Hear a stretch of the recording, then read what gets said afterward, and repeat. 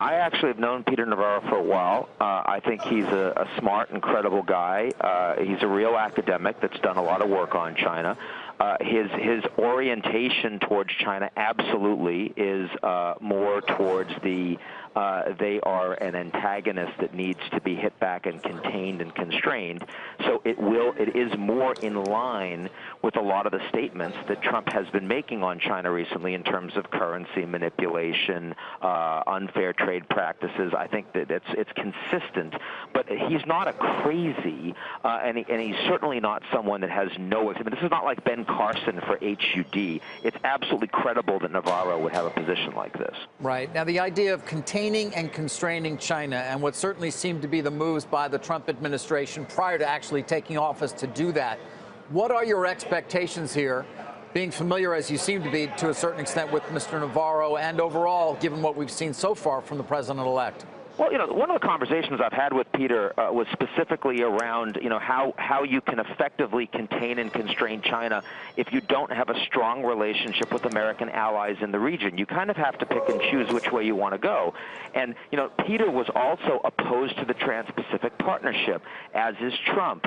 And the problem is that was the one thing that was a mechanism to get all of America's allies on board with U.S.-led trade as opposed to China-led trade. Now, if you're going to tell America's allies that you're not going to give them this commitment, you're not going to follow through on what's most important for them for avoiding a China-led system, and then you're beating up on China, you're going to end up with a lot of countries doing what the Philippines did under Obama, say the future is actually China, not the United States. I can't trust these guys. Let's keep in mind, even if Trump is seen to be very credible in offering new alternatives for how the Americans are going to work with America's Asian allies, a lot of them are going to think, well, he's going to be running for election again effectively in 2 years, and then who knows what we get next.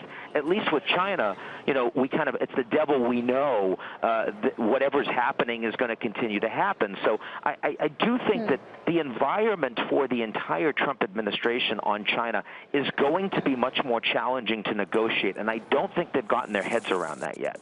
Ian, just this week, though, the transition team said that Wilbur Ross, who has been tapped as the designee for Commerce Secretary, would be chiefly in charge of running the trade policy under the new administration. So what role do you think this newly created National Trade Council will fill, and how should we be thinking about Navarro's appointment through that lens? Look, I don't think they know yet. Wilbur Ross is obviously an extremely capable fellow. I think he's one of the best appointments they've made so far.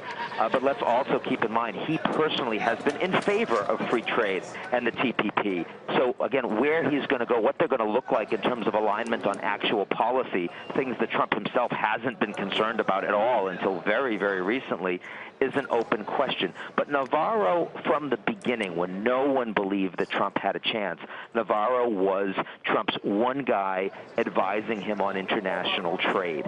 And, he was writing the white papers, the position papers. He's certainly credible. I would have been stunned if he didn't get a position.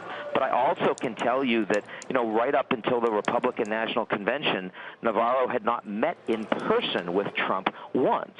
So, you have a lot of advisors that may be capable, but that doesn't mean that Trump's giving them the time of day personally. And so how Trump actually decides to work with them is going to have a lot to do with Trump's own style of governance. Is he really going to do a lot of deciding? Is he going to be involved in morning, in daily policy meetings? Or is he going to say, Pence, that's what you're in charge of? And then it's a very different administration. Let's face it, none of us actually are going to know that until January 20th rolls along, including Trump himself.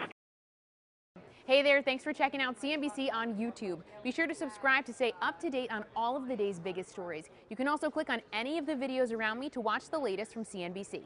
Thanks for watching.